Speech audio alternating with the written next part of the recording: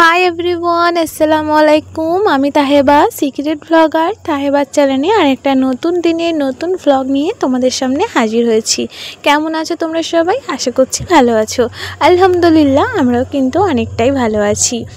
তো সকালবেলায় নিচের ঘরটা গুছিয়ে নিয়েছি। হাজব্যান্ড কাজে চলে গেছে যেহেতু, তো তার জন্য নিচের ঘরটা গুছিয়ে স্নান করে একদম উপরে চলে এসেছি।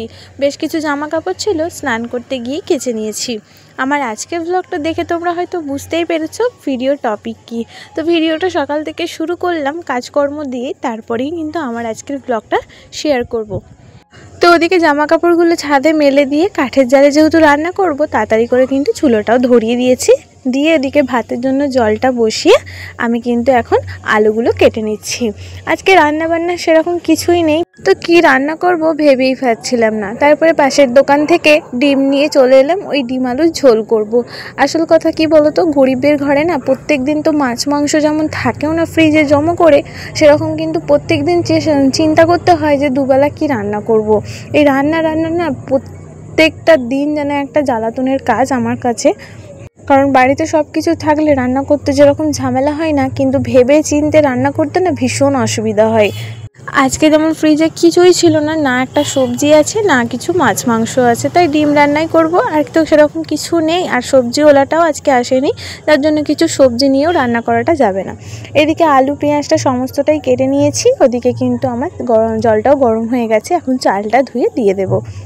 তোমরা যারা আমার রেগুলার ভিউয়ার্স তারা তো দেখেছো আমি প্রত্যেক দিনই কিন্তু কাঠের জালে রান্না করি। তারপরেও না গ্যাসটা ওই 2 মাস থেকে 2.5 মাস পর্যন্তই চলে, এর থেকে বেশি কেন চালাতে পারি না। আমাকে যদি তোমরা কেউ একটু বুদ্ধি দাও বা কেউ যদি একটু আইডিয়া দাও, আমি খুব উপকৃত হব। কারণ প্রত্যেকটা দিনই দেখো তোমরা আমি কিন্তু কাঠের জালে রান্না করি। ওই রাত্রিবেলায় যা রান্না হয় সব কিন্তু গ্যাসেই হয়। তারপরে আমাদের ওই চা করা, জল গরম করা, এগুলো সমস্তটা কিছু আমাদের গ্যাসের ওপর নির্ভর করেই করতে হয়। যার জন্য হয়তো হবে যে 2 থেকে 2.5 মাস যাচ্ছে গ্যাসটা। আমরা ভাবছিলাম আরেকটু যদি যাই, কারণ দুপুরবেলা রান্নাগুলো সমস্ত কিছুটাই বেশিরভাগটাই চেষ্টা করি ওই কাঠের জালে করার। আর তোমরা যদি জেনে থাকো প্লিজ আমাকে একটু জানিও যে কি করলে গ্যাস খরচটা একটু কম হবে। ওদিকে চালটা ধুয়ে দিয়ে দিয়েছি, এদিকে আলু আর ডিমটা কিন্তু এখন নুন দিয়ে সিদ্ধ বসিয়ে দিচ্ছি। গ্যাসের মধ্যেই সিদ্ধটা বসিয়ে দেবো, আর ওইদিকে তরকারিটা তারপরে কাঠের জালে করব। তার মধ্যে আমি একটু চা আর রুটি খেয়ে নিয়েছি। এদিকে আমার ডিম আলুটা সিদ্ধ হয়ে গেছে, ডিমগুলো এখন ছাড়িয়ে মশলা মাখিয়ে নেব। আজকে তোমাদের সাথে একটা অন্যরকম ভিডিও শেয়ার করব বলে না ঘরে টুকটাক কাজগুলো আমি কিন্তু অফ ক্যামেরায় করে নিচ্ছি, নাহলে ভিডিওটা অনেকটা বড় হয়ে যাবে। আর ভিডিও অনেক বড় হয়ে গেলে না কাজগুলো যদি কেটে কেটে বাদ দিয়ে দিই তাহলে ভীষণ মনটা খারাপ হয়ে যায়। তাই একটু একটু কাজ নিয়েছি আজকে, আর বাকি ব্লগটা তো তোমরা শেষের দিকেই দেখতে পারবে। আর যেহেতু একটা তরকারি ভাত করছি যাতে ভালো হয়, তার জন্যই চেষ্টা করছি যাতে রান্নাটা আজকে একটু ভালো হয়। তাই ডিমগুলো না একটু ভালো করে ঘন ঘন করে না কাট লাগিয়ে দিচ্ছি, তার সাথে একটু নুন হলুদ লঙ্কার গুঁড়ো মাখিয়ে রেখে দেবো, যাতে নুন মশলাটা যেন ডিমের ভেতর ভালোভাবে ঢোকে আর খেতেও যেন ভালো লাগে। এই যে মশলাটা মাখিয়ে রেখে দেবো খানিকক্ষণ, তারপরে না ভাতটা হয়ে যাবার পর ডিমটাকে ভেজে নেবো। তোমরা অনেকেই আমার ভিডিও দেখো, হয়তো আমার ভিডিওর মধ্যে লাইক করতে তোমরা ভুলে যাও। তো তোমাদের ঘরে আবারও বলছি, তোমরা প্লিজ একটা করে লাইক করে দিও, কারণ একটা লাইক করতে কোনো রকম টাকা পয়সা লাগে না। তোমাদের একটা লাইক কিন্তু আমার ভিডিওটা অনেক জনের কাছে পৌঁছে দিতে সাহায্য করে। আর তোমরা তো জানোই যারা ব্লগ করো, একটা লাইক কিন্তু অনেকটাই দামি। সেরকম কিন্তু আমাদের কষ্টের ফলটাও কিন্তু ওই লাইকটার ওপরই নির্ভর করে। একটা ব্লগ করতে অনেকটাই কষ্ট হয়। সারাটা দিনের পর যখন ভিডিওটা এডিট করতে বসি না, সত্যি চিন্তা করি যে কতক্ষণ ধরে ধরে কাজগুলো আমাদের ঘরে করতে হয়। তো প্লিজ তোমরা যদি লাইক করতে ভুলে যাও, বারবার বলছি একটা লাইক করে দিও। আর আমার চ্যানেলে নতুন হয়ে থাকলে অবশ্যই চ্যানেলটা সাবস্ক্রাইব করে দিও। তোমরা অনেকেই কমেন্ট করে বলো যে আপু তোমার ভিডিওতে ফুল ওয়াচ করলাম, পুরো ভিডিওটা দেখলাম, লাইক করলাম। আর আসলে কি বলো তো, অনেকে আছে হয়তো লোক দেখানোর জন্য বা নিজের চ্যানেলের ভিউজ পাওয়ার জন্য বা নিজের চ্যানেলের সাবস্ক্রাইব পাওয়ার জন্য এই জিনিসটা বলে থাকো। আসলে কি তাই? সত্যি কথা কি বলতে বলো তো, আমাকে যেই বলে যে আমার চ্যানেলে আসো, বা আমাকে যেই কমেন্ট করুক না কেন, যারা নতুন আমাকে কমেন্ট করে বা যারা আমার পুরনো কমেন্ট করে, আমি সবার চ্যানেলে যাই। নতুন যদি আমাকে কমেন্ট করে বলো যে তোমার ভিডিওটা, শুধু বলে যদি তোমার ভিডিওটা ভালো লাগলো, তাও গিয়ে আমি চ্যানেলটা ভিজিট করি, এবং আমার ভালো লাগুক আর না লাগুক তারপরেও কিন্তু আমি তার চ্যানেলটা সাবস্ক্রাইব করে আসি। আর রইল বাকি লাইকের কথা। কমেন্ট তো ঠিকঠাক চলে আসে, কিন্তু লাইক কমেন্টের থেকেও অনেক কম আসে। তো কেন জানি না এগুলো হয়। তো যাকে যেটা হয় সেটা ভালোর জন্যই হয়। আর মিথ্যে কথা বলে সবার থেকে পার পাওয়া যায়, উপরওয়ালার থেকে কি পার পাওয়া যায়? তো যাই হোক, যদি কারোর মনে দুঃখ দিয়ে থাকি অবশ্যই মাফ করে দিও, কারণ সেটা সত্যি সেটা বলি। আর আমি সত্যি কথা বলতে না কখনো ভয় পাই না। আর সত্যি কথা বলি বলে হয়তো লোকের কাছে অপ্রিয়, কিন্তু সত্যি যতদিন বেঁচে থাকবো সত্যি কথাটাই বলে যাব। এই যে এখানে মশলাটা কষিয়ে নিয়ে না আলু সিদ্ধটা দিয়ে ভালো করে কষিয়ে একটু বেশিক্ষণ ধরে কষাবো, তারপরে জল দিয়ে ফুটতে দিয়ে দেবো। তার সাথে কিন্তু ডিমগুলো দিয়ে দেবো। তো চলো, আজকে যেটার জন্য তোমাদের ঘরে সাসপেন্স রেখেছি, আমার হোম ট্যুর ভিডিও, সেটাই তোমাদের সাথে চলো শেয়ার করি। আর ভিডিওটা শুরু করার আগে, মানে হোম ট্যুর ভিডিওটা শুরু করার আগে তোমাদের সাথে একটা কথা বলে রাখি, যে এই বাড়িটা কিন্তু আমার নয়, এটা আমার মা বাবার বাড়ি। তো যেখানে আমরা থাকি সেই জন্যই তোমাদের সাথে আজকে এই হোম ট্যুর ভিডিওটা শেয়ার করছি। তো এই যে রাস্তার এপারে একটা আমাদের ছোট্ট ঘর আছে, যেখানে আমাদের গাড়ি কাঠ কুটো সমস্ত কিছুটাই থাকে। আর এই যে মধ্যিখানে রাস্তার, এটা হচ্ছে আমাদের বাড়ি। তো বাড়ির প্রথমে ঢুকতেই কিন্তু পড়বে আমার দাদির ঘর।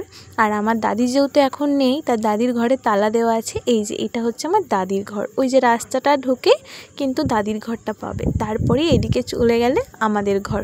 এই যে আমার নিচের ঘর, যেটা নিচে আমাদের কিন্তু একটাই ঘর আছে, এই যে এই ছোট্ট ঘরটা।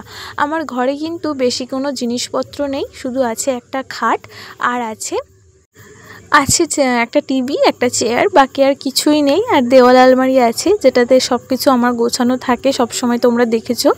আর ঘরটা তো দেখেইছো, আমার ছোট্ট একদম একটা ঘর, যেখানে কোনো বেশি জিনিস রাখাই যাবে না, তবুও চেষ্টা করিস মাঝে সাঝে গুছিয়ে রাখার সমস্ত কিছুটা। আর এই যে ছেলে এখন এখানে টিভি দেখছে। বাড়িতে আজকে কেউ নেই, ছেলে আর আমি ছাড়াই, তার জন্যই এই ব্লগটা করা, হোম ট্যুর ব্লগটা। তো কেমন লাগলো অবশ্যই তোমরা কমেন্ট করে জানিও।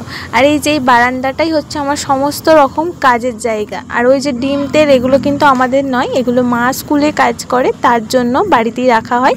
আর এইখানে সেলাই মেশিন আছে, এখানে বসেই সেলাই করি। এই যে এখানে আছে আমার ব্যবসার জামা কাপড়, আর এইখানেই আমি টিউশনি পড়াই। মানে এইখানটাই আমার ফেভারিট জায়গা বলো, আমার কাজের জায়গা বলো, যাই বলো না কেন। বাড়ি ঘর থেকে বেরিয়ে এই যে এখানে আছে আমাদের একটা পুরনো টয়লেট, তো যেটা আর দেখালাম না। আর এখানে আছে আমাদের একটা নতুন বাথরুম, যেখানে আমরা স্নান টান জল ফল ভরা হয় এখানেই। তো বাথরুমের মধ্যে জামা কাপড় আছে, আর আছে বাথরুমটা ঠিকঠাকভাবে না ক্লিনও করা হয়নি, তাও তোমাদের সাথে শেয়ার করলাম, কিছু মনে করো না। তো এই বাথরুমটা কিন্তু নতুন করা হয়েছে এটা। আর এই বাথরুম থেকে বেরিয়েই কিন্তু আমাদের সেই ছোট্ট সিঁড়িটা, সকালবেলা জল ভরেছিলাম, বোতলগুলো না সরানো হয়নি। আর কি বলবো, একা হাতে কত আর কাজটা করবো বলো তো। এই যে সিঁড়িতে উঠে গেলেই কিন্তু আমাদের উপরের ঘর। উপরে আছে আমাদের একটা ঘর, যেটায় মায়েরা থাকে, আর উপরে আর একটা ঘর আছে, যেটা রান্নাঘর। এই যে এইটা দিয়েই কিন্তু আমাদের উপরের ঘর যাওয়া যায়, যেটা রাস্তার ধার দিয়ে দেখা যাচ্ছিল। আর আজকের আকাশটা দেখো এত ভালো, মানে তুলোর মতন মেঘগুলো কি সুন্দর দেখতে লাগছিল। তো এই যে এটা আমাদের ঘর, যেটা মায়েরা থাকে। আর এই পাশেই কিন্তু আছে, সিঁড়িতে উঠেই একদম ডান দিকে আমাদের রান্নাঘর। আর আমার শখের রান্নাঘর বলতে পারো। আমার বেডরুম গোছানো থাকুক বা না থাকুক, আমি আমার রান্নাঘরটাকে কিন্তু সব সময় গুছিয়ে পরিষ্কার পরিপাটি করে রাখতে পছন্দ করি। এই যে আমার রান্নাঘরটাও গোছানো আছে, রান্নাবান্না সমস্ত কিছু যেহেতু কমপ্লিট, থালা বাসনটাই শুধু বাকি আছে মাজতে। তো এইদিকে আছে একটা মিট কেস, আর এইদিকে কিন্তু সব চাল ডালের বস্তা আছে মায়ের স্কুলের। এখানে আমাদের ফ্রিজ, তারপরে ওই যে ওইটা আমাদের ঘর, তো তোমাদের ঘরে দেখালাম। আর এটা হচ্ছে আমাদের ছাদ, যেই ছাদেতে বসে বসে রান্না করি, জামা কাপড় শুকাই, তোমরা তো হয়তো খেয়াল করেছো আমার অনেক ভিডিওতে। আর এই ছাদেতেই আছে মায়ের অনেক গাছপালা, আর এই ছাদেতেই আছে আমার ওয়াশিং মেশিনটা। এই ওয়াশিং মেশিনটাও না অনেক শখ করে কিনেছিলাম, খুব কষ্ট যখন হচ্ছিলো জামা কাপড় কাচতে, মানে ছেলে হওয়ার পর। তো কোমরে ব্যথার জন্য খুব কষ্ট করি এই জিনিসটা কিনেছি। আর এইখানেই কিন্তু বসে আমি রান্না করি, আর এখানেই কিন্তু আমার ওয়াশিং মেশিনটা থাকে। তো চলো এখন যাব মায়েদের ঘরে। তো এটা দিয়ে বেরিয়েই কিন্তু সোজা আমাদের ওই মায়েদের ঘর, আর আমরা এটা দিয়েই কিন্তু আমার মায়েদের ঘরে যাওয়া আসা করি। তো এখানে আছে একটা ছোট্ট দরজা, তারপরে একটা সরু বারান্দা, আর এই বারান্দা দিয়েই কিন্তু আমাদের যেতে হয়। আর এই তাকের মধ্যেই কিন্তু অনেকগুলো যেহেতু জামা কাপড়, তাই অনেকগুলো জামা কাপড় এখানে গুছিয়ে রাখি। এখনও চেয়ারের মধ্যে অনেক জামা কাপড় গোছানো বাকি আছে, তো সমস্তটাই করব আস্তে আস্তে। আর এই যে এটা হচ্ছে মায়েদের ঘর, মায়েদের ঘরে এই খাটটা আছে, একটা বেডসাইড টেবিল, যেটা আমি নতুন কিনেছি। আর তার সাথে একটা দেওয়াল, মানে বড় আলমারি আছে, সেটা তো দেখেছো। আর ওই কোণে একটা টেবিল আছে, আর টেবিলের তলায় মায়েদের জামা কাপড় রাখা আছে। আর এই যে এখান দিয়েই শুরু করেছিলাম ভিডিওটা, এখানেই শেষ করলাম। কেমন লাগলো অবশ্যই কিন্তু কমেন্ট করে জানিও আমার হোম ট্যুর ভিডিওটা তোমাদের কাছে।